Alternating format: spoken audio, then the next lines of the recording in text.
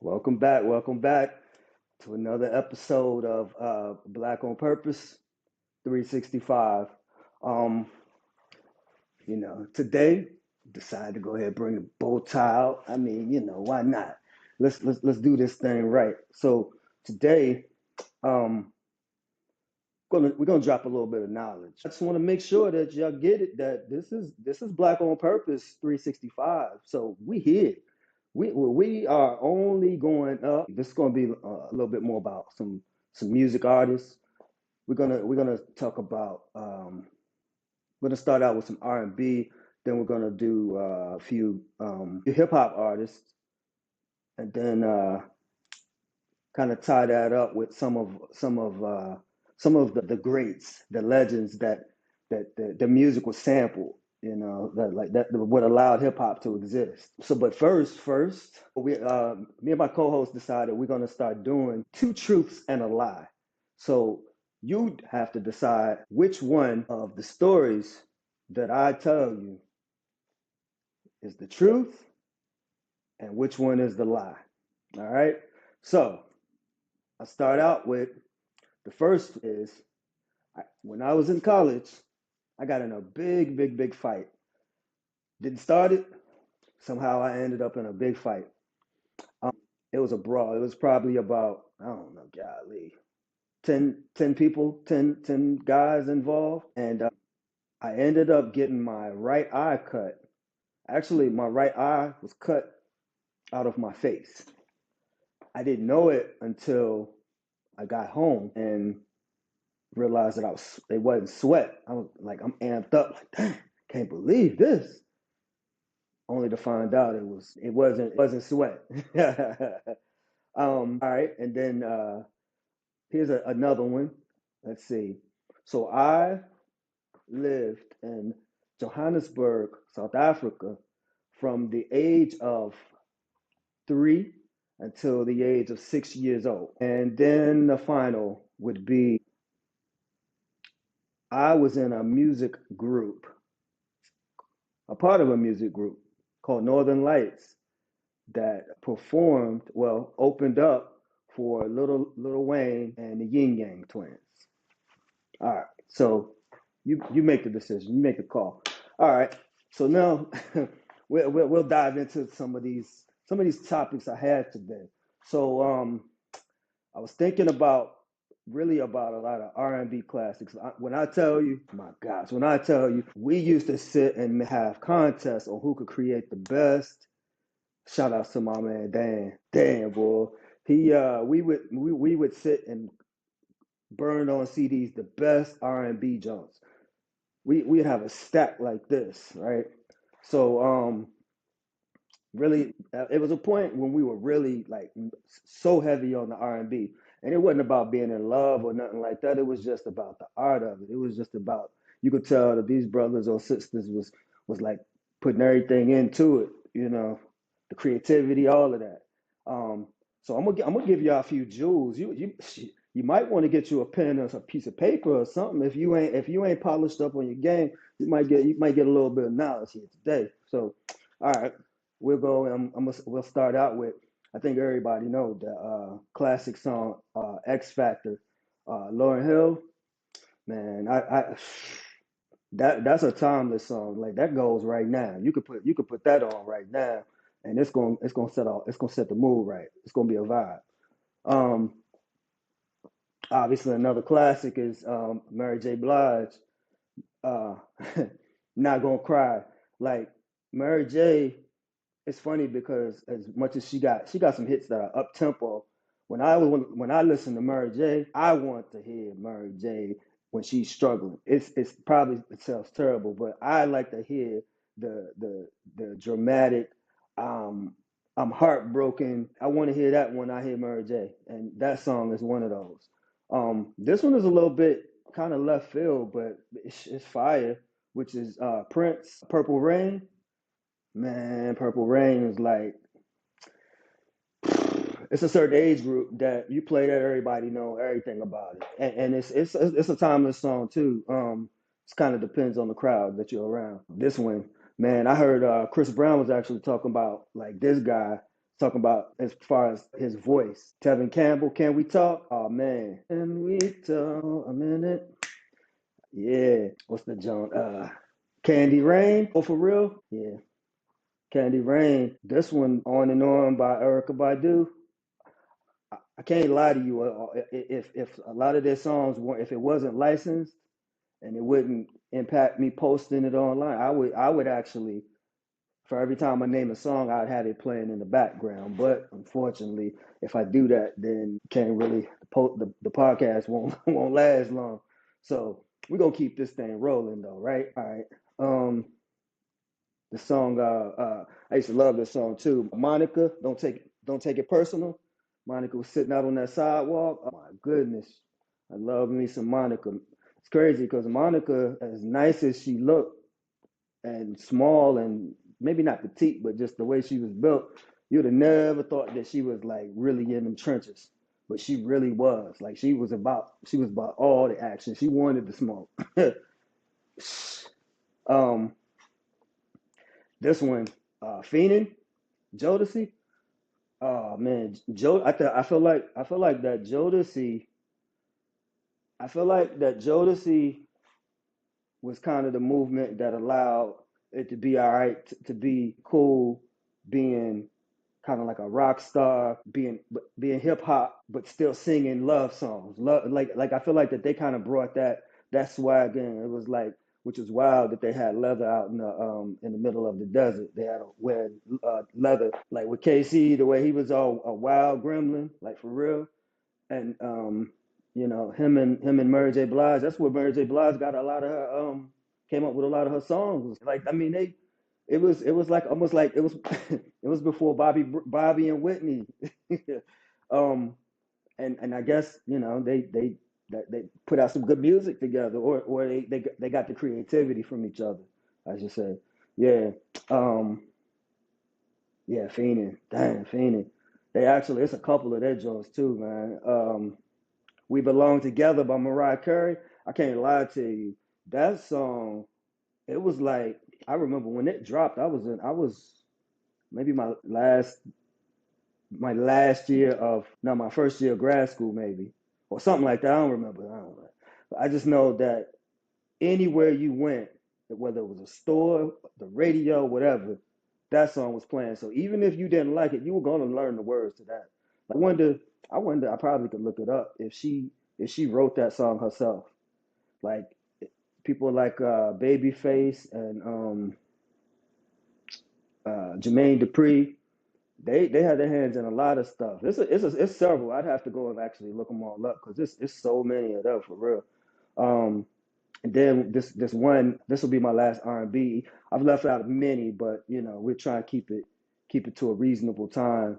So this one is with Foolish with Ashanti. Oh man, that was my alarm at one point. So like Ashanti song would come on the stereo. I know my roommates hated to hear that. I'm talking about probably a good 4 months of every morning playing that song. So that's my R&B short playlist. There's a lot more. I left out a lot for real. I got a much of a stronger background in older classics, but this is kind of old, but not too old to a point where some of the younger generations may also have heard, or at least heard the remix to some of these. So now I'm gonna dive into. Now let me be clear when I dive into this. When I say hip hop and the artists, this is my opinion, and it ain't got nothing to do with record sales. This is strictly about my top 10 lyricists. It has nothing to do with who sold what. It has nothing to do with like beefs or anything like that. This is strictly about you give them the mic and they will rip it up. They might not even stop. Like they are gonna go. You be like, it'll make your mouth drop. Like what? All right. So I start out with Nas. Nas is ridiculous for so many. Like Nas is probably the only artist, and ain't nobody talking about this right now. That Nas has literally had three different careers. Like the fact that he went and dropped a whole what six albums during COVID in his going into 50. Most artists is barely doing one if they do at all. And every last one, they don't he don't get the credit that much. Him messing with Hit Boy, and he put out that much music, and every last KD 1, 2, 3, all the Magic 1, 2, 3, every last one of them has fire tracks on it. It's not a weak album. Like it ain't a bunch of skips through. All of and it's good and it's grown man music.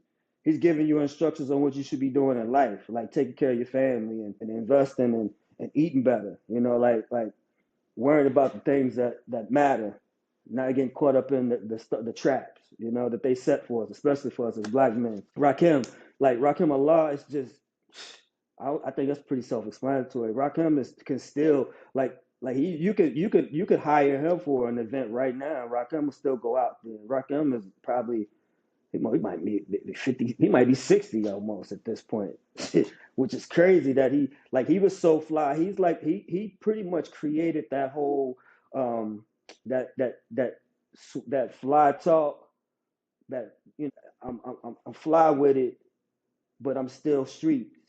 But I'm gonna give you some knowledge and tell you a story at the same time. Like he's the originator of that style. Many others came, pause, but he's the one that added those different elements to it. And on top of that, something that a lot of people don't know is that Rakim, like where a lot of these other artists, they, from back in the days, they didn't handle the business side. So they did everything they need when they did all these hits, but they ain't really get no money from it because they ain't look at the paperwork. Well, Rakim's parents got a lawyer and got his paperwork signed right. So Rakim has been getting money for a long time. Like he might not be killing the billboards or anything like that, but he ain't never been. They ain't been taking him for his bread. Like anything that he did, he's seen money for it. So that's why you don't see him out there doing play a bunch of corny stuff just to get a couple dollars. He ain't about to be doing no celebrity boxing and I don't no disrespect to people that do that. I'm just saying like he's in a space where he did things right in the beginning to where now he cool. Um, this one is probably gonna be a wild card for a lot of people, but Lupe Fiasco. If Lupe was being trendy, or he dumbed it down, which is one of his songs, to allow people to understand some of the stuff he be talking about, he'd be a lot more relevant right now. This dude, I know he's a freaking teacher in Ivy League school right now. That should say a whole lot about him. Like his bars is so above most people's head that if you have time and you really want to hear some lyrical song, like a song that you gonna have to take some time and run it back a few times, sit down and listen to the song called Mural, Mural. He talks so much about so much that if you're not polished on a lot of different stuff, religion and different things going on in other countries, stay away from that song. Cause he goes into so many different lanes. He's jumping in and out of these lanes so easy that you like, what? It's years later. I've listened to that song probably thousands of times, know all the words, and I still can't grasp all the concepts of it. Lupe is genius, but because I guess sometimes with being as intelligent as say he is, and the style that he got, because he ain't talking about a bunch of guns and killing people and all of that, the things that the labels try to push for nowadays. He's not somebody that gets a lot of notoriety with the younger generations now. Um, so what I got Nas, Rakim, Lupe, Jadakiss. I think that's pretty self-explanatory. Jadakiss solidified himself as, I mean, he been said top five, dead or alive, and that's just off one LP. But the way that he did the Dipset in that versus battle, I think that anybody who's a hip hop fan could just say that, man, he probably solidified himself for like if he never did another project, never did anything else, he cemented himself into the hip hop icons. Yeah, and I think I would also say that Jadakiss might be one of the only MCs that's been featured on never and has never spit a whack feature, never spit a whack verse. Like you could never be like, yeah, Jadakiss probably didn't do the best on that. He always smokes the mic. It don't matter who, and he be on all kind of tracks too. So then number five is Redman. I can't even lie to y'all. Redman was my favorite rapper way back. Brick City. Redman got bars for days though. Like I don't think enough people even really understand that Redman could probably rap just about everybody under the table if he wanted to. Redman, he's like the favorite MC's favorite MC. Redman, really the reason why he wasn't as active for many years was because he had things going on, like personal things going on in his household, family, and stuff like that. Otherwise, we would have heard a lot more music from him, and you probably would be like, yeah, he might be right. Because Redman, even now, he just dropped the album this year. He could almost be like a double album, and the bars is there. Now, it ain't that whole catchy trap music. He be killing them Jones. He mix it up too. He can go in. He can go in. He one of those that can go in and out of different pockets too. So Redman, and he was one of those that started doing the stories because he been doing Superman Lover for years. He got so many different versions of the Superman Lover. Next is Eminem. Eminem is arguably could probably be higher. Interesting that Eminem said himself plenty of times that one of the people that he looks up to is Redman. So like he has a T-shirt, he has a shirt that he wears that it says Reggie, Jay Z, Tupac, and Biggie, Andre from Outkast, Jada Corrupt, Nas, and Denny. So like he acknowledges that all of those people who he thinks is better than him. So yeah, Reggie actually, I should clear that up. Reggie Noble is Redman, but Eminem, especially this last project he put out where he basically said, I don't even care. Y'all can cancel me, but I'm gonna give y'all these bars. Like everybody can get it. Whatever. It don't matter what kind, if you handicap, any of that. Eminem might be one of the only people that can pull that kind of stuff off. I guess when you don't really care, it don't really matter that much to him if they did take his music off the shelf, like whatever. So when you got that kind of mentality, that's when people really rock with you.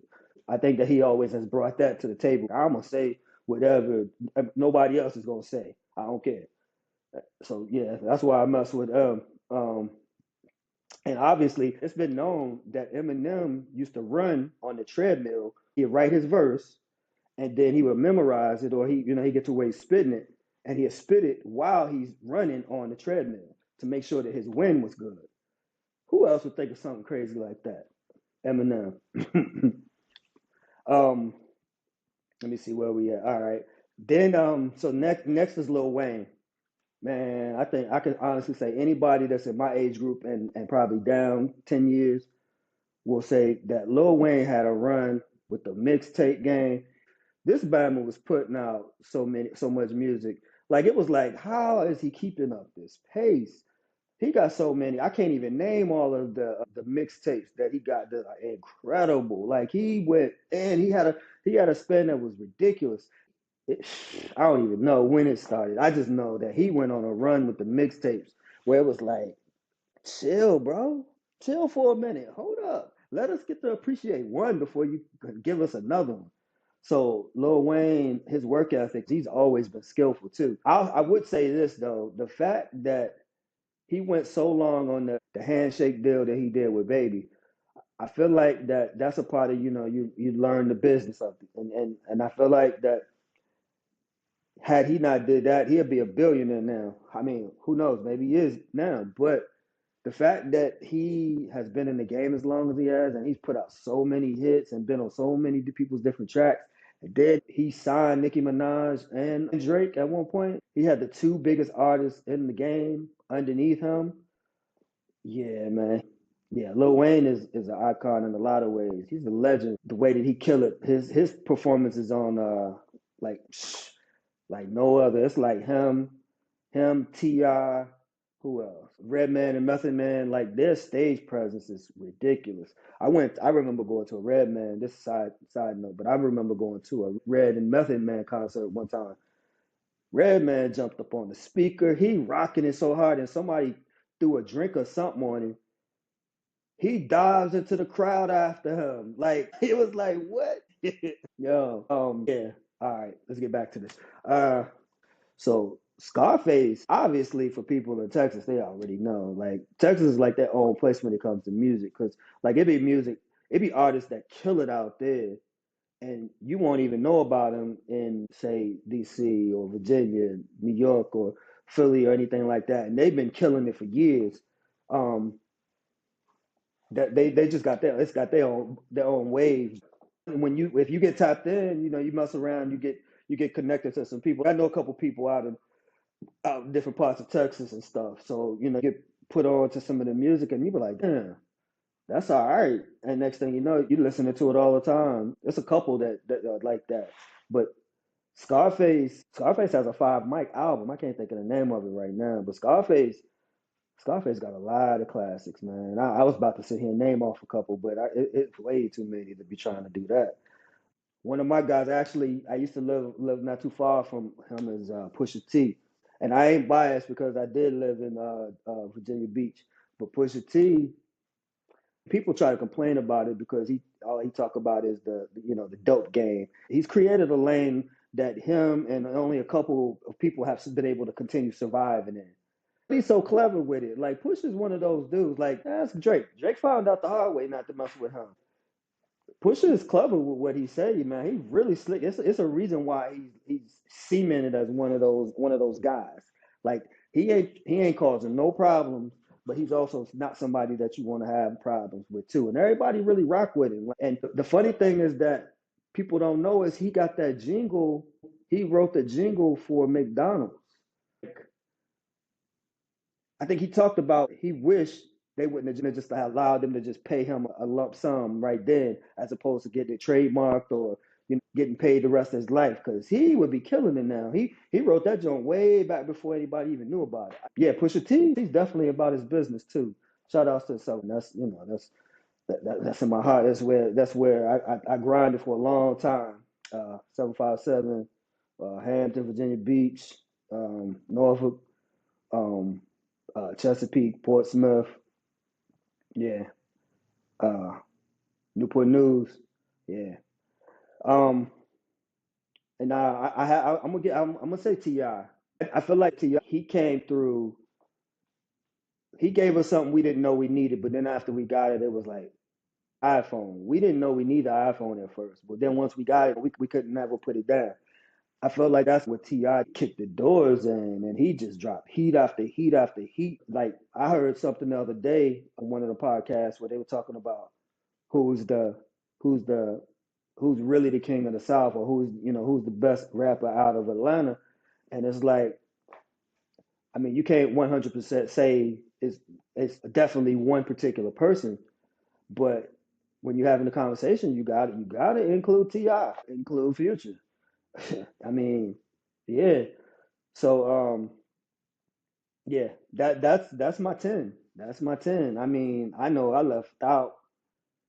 uh I left out Biggie, because Biggie probably could have been up higher, but in this case, we might have to, when me and my co-hosts get together, we'll have this discussion again, and some things could probably change by then, because he's more of a Jay-Z fan than I am anyway, so he's gonna be livid that I left him off of that off this list. So then the next part of this that I'll talk about is some of the older artists that were like kind of R&B ish, soulful singers. One of the most sampled artists, music artists, obviously, is James Brown. There's so much of James Brown's music that is in hip hop now, just like the drum line on a song, strictly from James Brown.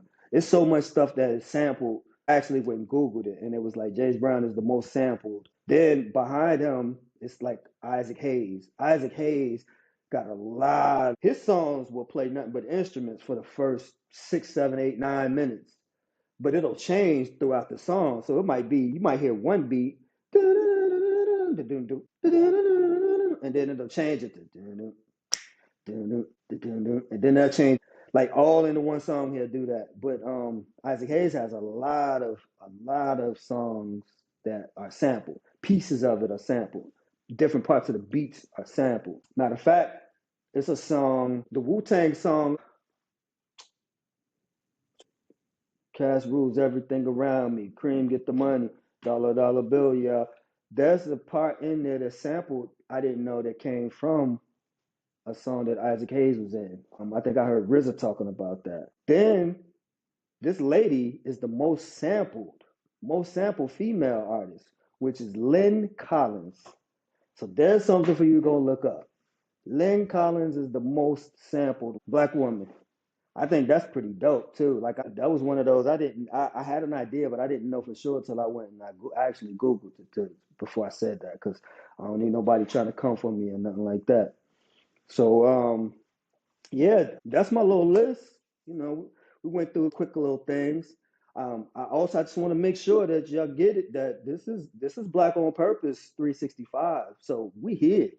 We are only going up. It's going to be so many more people that get involved. We're going to have a lot of different conversations.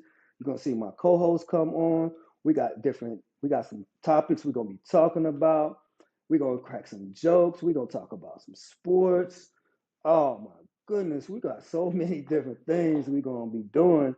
So you definitely wanna catch on to this wave because we're gonna be here for a while. So for now, I'm gonna just say Black on Purpose 365. Thanks for checking us out. Until next time, you ain't gonna believe what we got coming up. Tune in.